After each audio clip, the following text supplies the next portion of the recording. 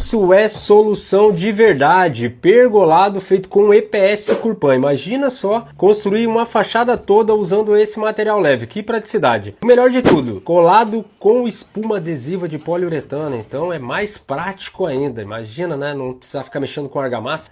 Olha aí que legal, galera, o material todo montado e agora já depois com o resultado final como é que fica. Muito bom esse serviço.